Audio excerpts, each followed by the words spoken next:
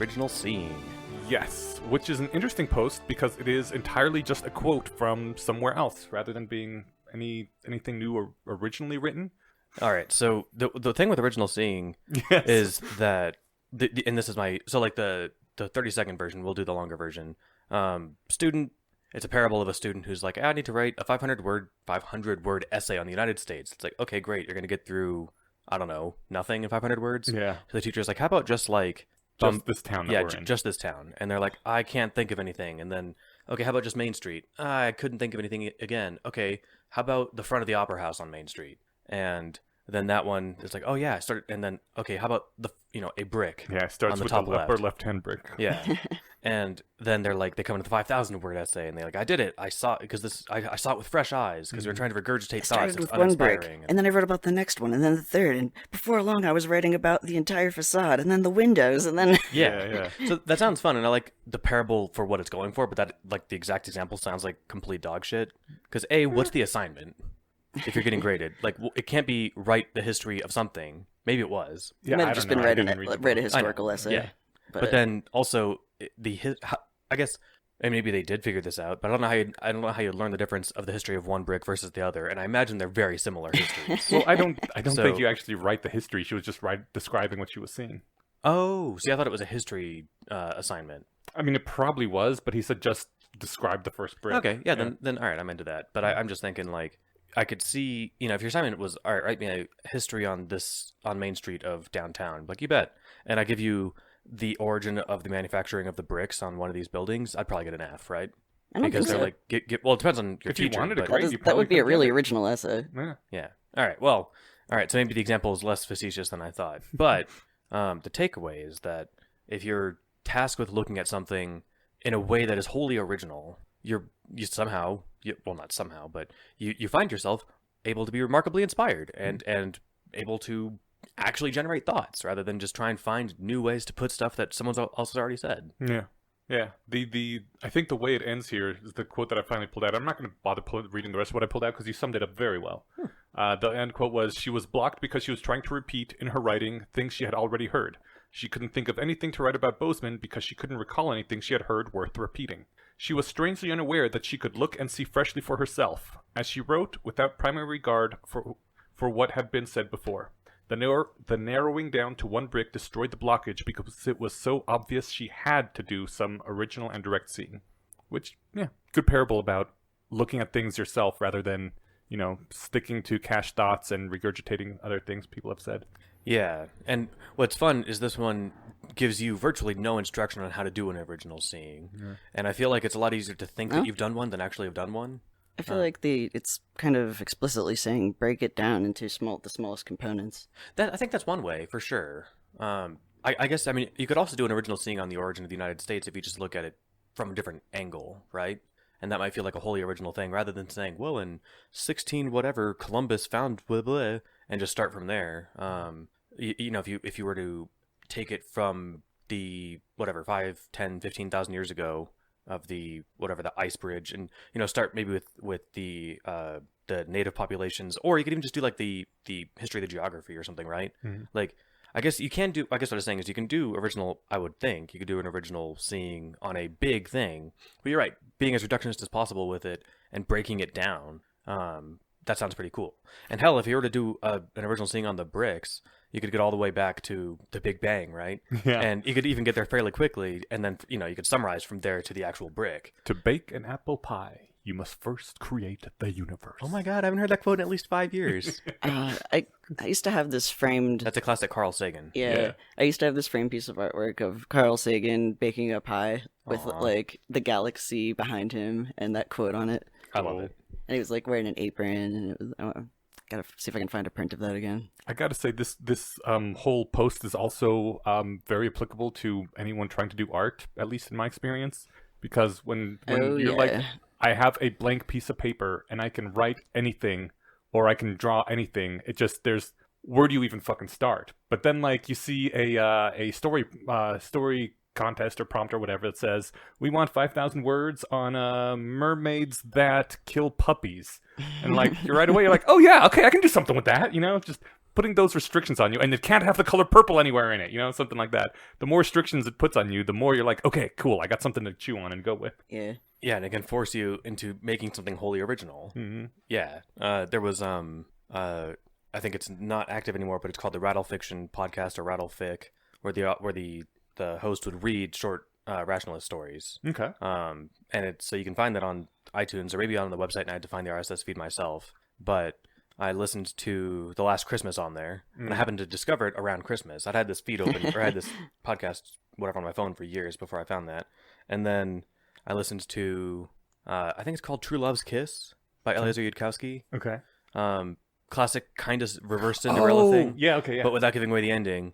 It's not like Such a exactly good a spoiler, but it's just fun. And it's like, oh, okay, now I get it. The girl's fiance or something falls into a magic-induced coma, a la Sleeping Beauty, and only true love's kiss, like uninhibited by anything else, like just pure love can wake him. And it doesn't work for her, doesn't work for his parents. And so she kind of is like soliciting the town. And it's like, please, I'm not ashamed. If anyone loves him, can you guys just try? Even if you don't, can we just line up everybody in the town? And like, they're kind of not into it. Yeah. So that it was, all right, how do I do I'm kind of guessing on the author's thought. In fact, I think it was in the notes of the story. But it was like, how do I do this story told in an original way? And it's not, a breathtaking new angle on it, but it's a fun new angle and it's a quick story. It is. And it's explicitly rationalist because, yeah, she does start thinking of all the various ways she could hack at this problem, Right. which other people are like, no, man, we're not lining up everyone to kiss him. Do you think that would actually happen? That the rest of the town would just be like, no, and not do it? Yes, I think that there's no way. I mean, we couldn't get people to wear masks during a pandemic. God damn it. People need Yes, you're right. incentives, generally. but like if it was a smaller, tighter community, maybe. I mean, because how are you going to line up everyone in Denver to kiss an unconscious person? Yeah. I probably wouldn't do it, especially if I didn't know him. But that's part of the point. It has to be true love or something. Yeah. But then given today's limits, you could find like a yogi or something who just loves everybody, right? And part of the conceit there was supposed to be that like maybe someone secretly loved him, and Exactly. that is why like her kiss didn't work because someone loved him even more, but in secret. And so if everyone in town has to kiss him, there's plausible deniability. Whereas if just like one person goes up and kisses him, everyone would be like, "Oh, John had a secret crush on him the whole time. Stone him!" Right. So yeah, original seeing, I like it. It's interesting to think about because I think it's easy to say, well, I've done the work, I did an original thought on this, but I find that it's easy to encounter people, including like myself, where it's like, yep, I did it, and then I arrive at the conclusion that everyone else has, or even everyone else in my subgroup. So it's I hate having stupid epiphanies. I find that like happens a lot in therapy, where it's something that like you say and it was the most obvious fucking thing in the world. And it's like, I just had another stupid epiphany. I think that sounds valuable. It is. I occasionally come to realizations that like, oh, I could have realized that 5 years ago. But hey, better late than never. Mm-hmm. So I guess what I meant is that when I said it doesn't give like instruction is I don't quite know, other than like having had an original thought, how I would know if I've done this practice properly. But maybe that's not really the point. Also, it's the short initial post on it, right? So Yeah. he gets a bit more into it in the next one. He does. Speaking of which, How to seem and be deep. yes.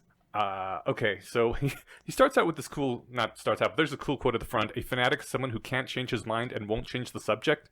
He says, I endeavor to at least be capable of changing the subject.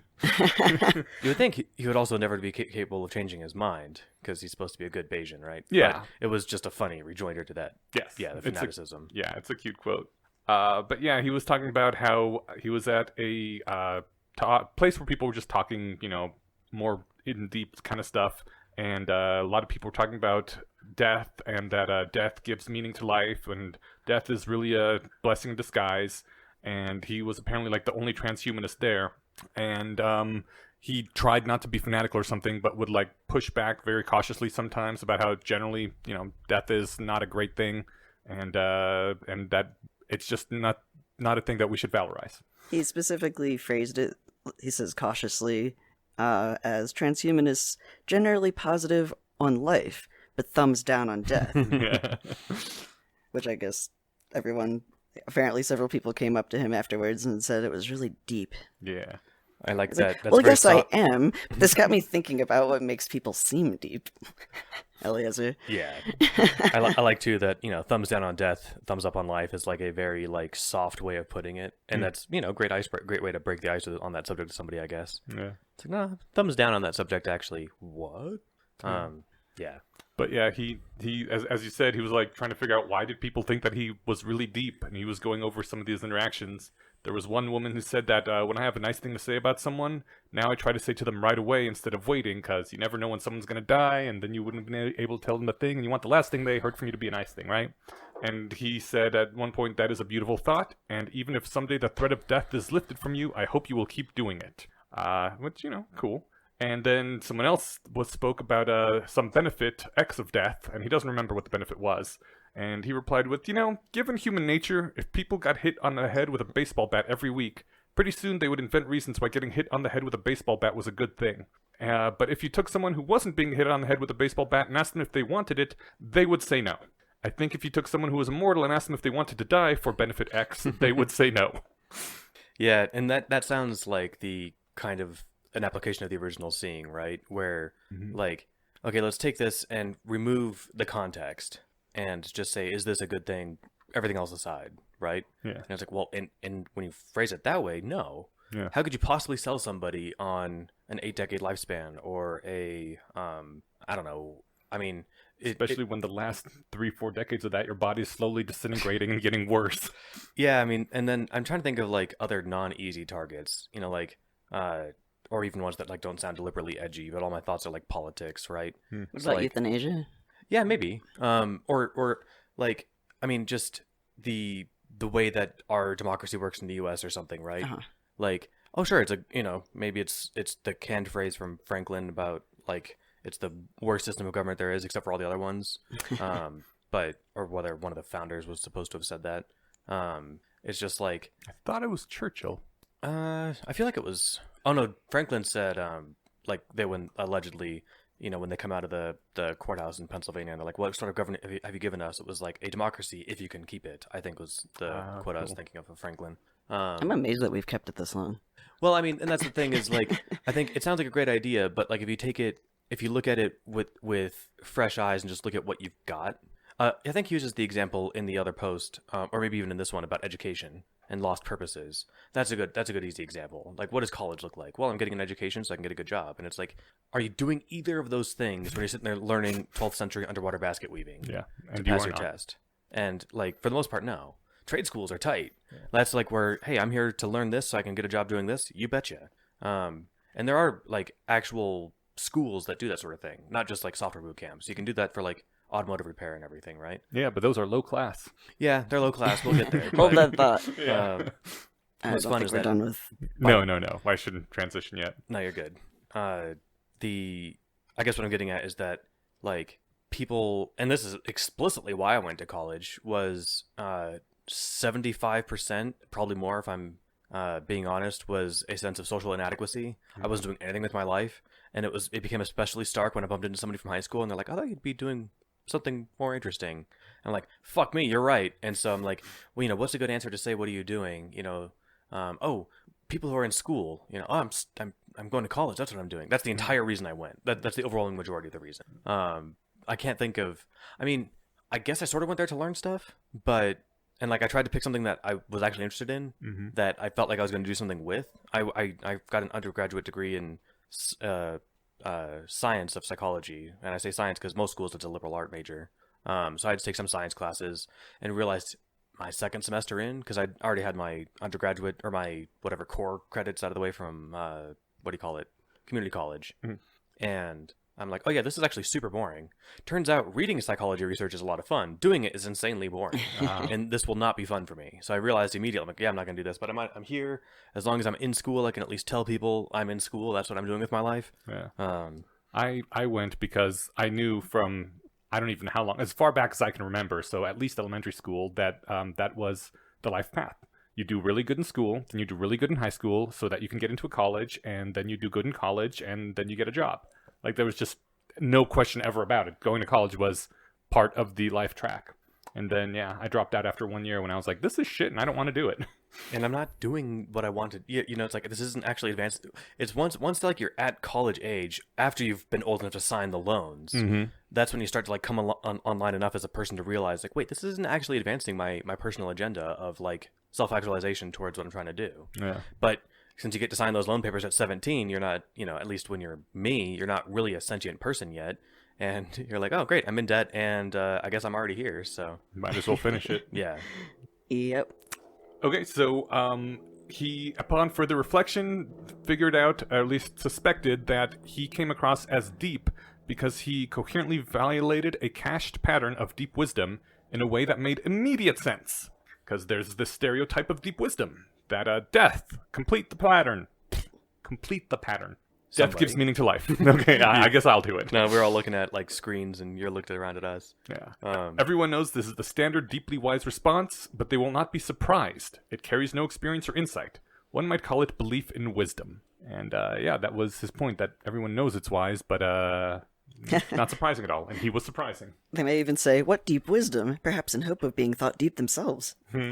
But he also points out that like the transhumanist school of thought has its own cached thoughts there. Yeah. And this is where it's like, yep, I've done my original seeing, and I've come to the exact same conclusion as the transhumanists. Yep. Death, complete the pattern. Death is a bummer that we should get, or death is a pointless tragedy that we should do our best to get rid of. Yeah. And it's like, that sounds all original because fewer people think that way. And it doesn't mean that it's the wrong idea. I think that's the tough part. You just kind of gotta like dig around and think, and like, okay, yes, I happen to have come to the same conclusion as my peer group, but I'm kind of wary of that fact because, is this some social pressure, me trying to make sure that I fit on the same like intellectual level as them, or is it like, is this my actual thought? There was another key component to seeming deep, which was that if you're conveying, because I guess there's two components. One, you have to have all these thoughts cached in advance because that's where every good thought comes from. Yeah. Generating thoughts on the fly sounds like me rambling on in a sentence, and you sound like an idiot. Yes. And yeah, he said that he already had all these thought patterns as automatically as he breathes. Exactly. And then the other thing is to be able to convey them with minimum inferential distance. I think he specifies one step, but I think if you could do a couple and still sound really deep.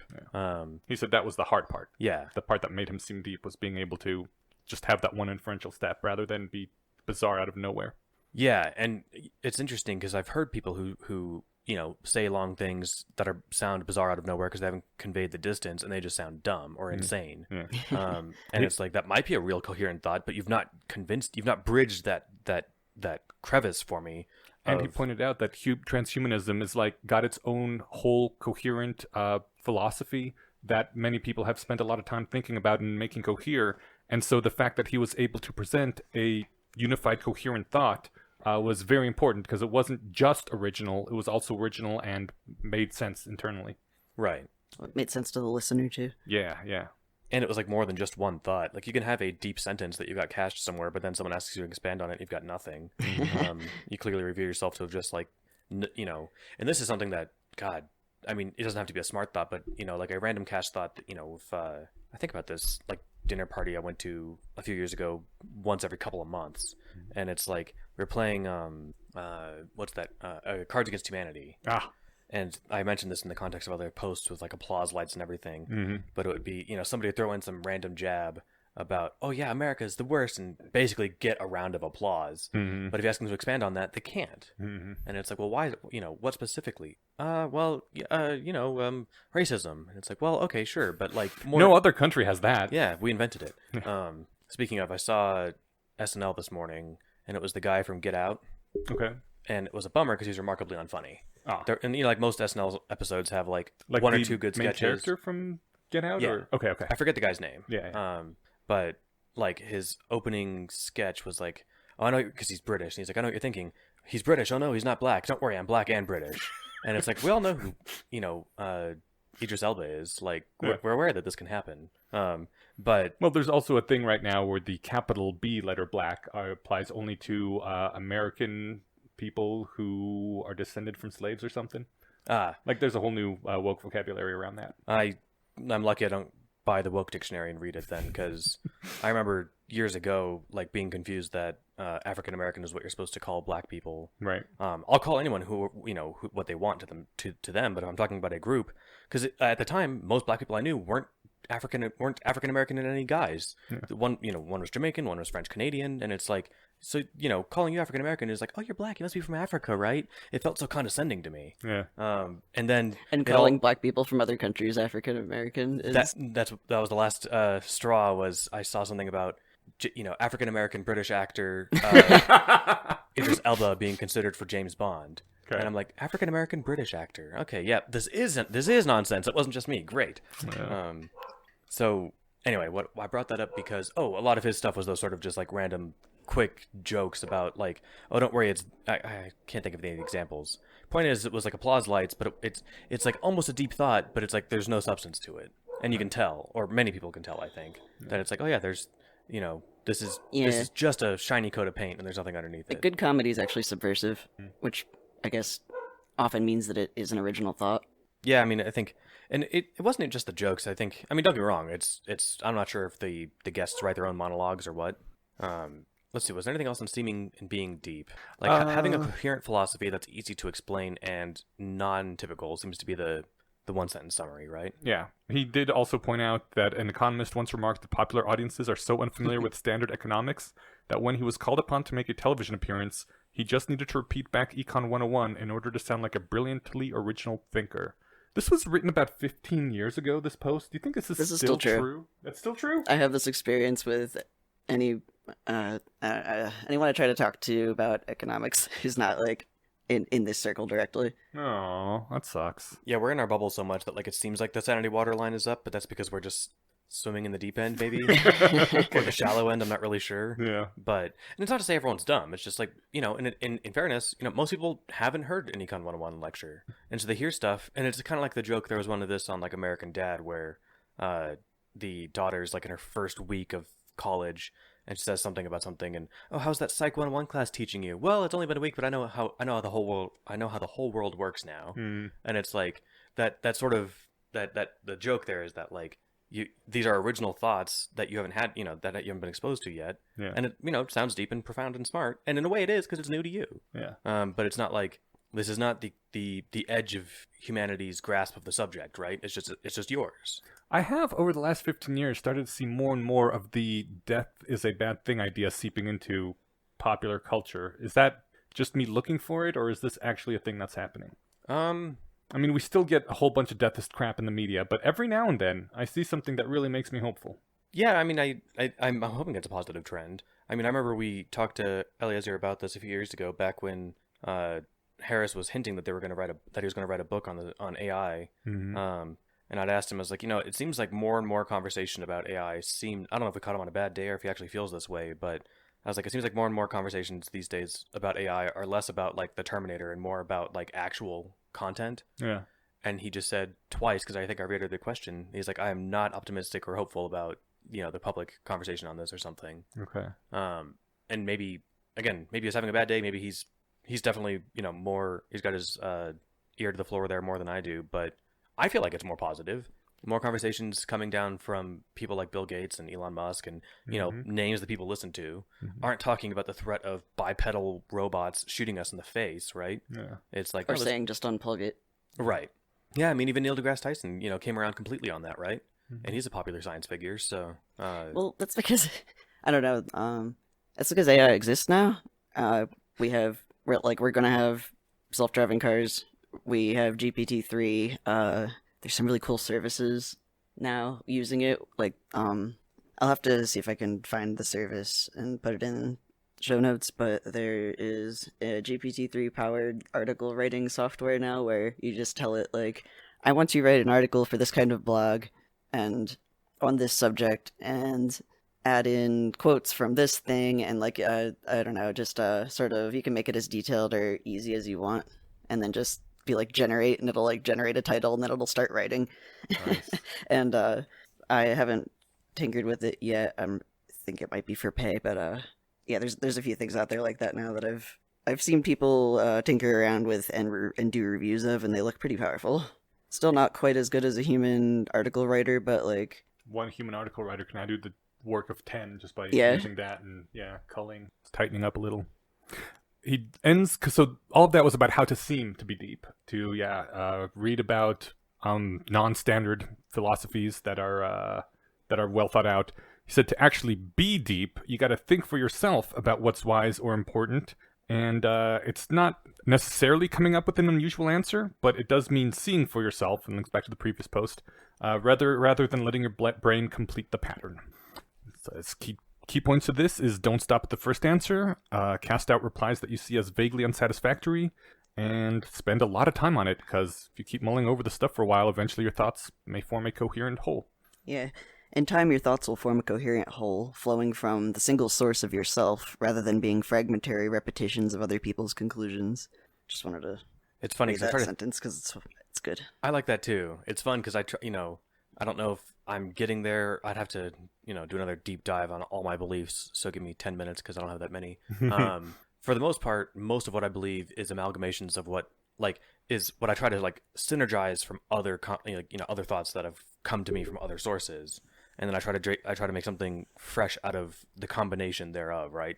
And that's still original, but it's I didn't make the ingredients. I just made something new out of it, right? Well, literally everything is a remix. I mean, yeah, but you can independently discover something, right? Yeah. And so that can be, yes, someone else already had this thought, but you didn't know that. It came to you fresh. Right. No doubt, I don't know who... But it's always, sparked by or outgrowths of other things that you've already run across or that you already know.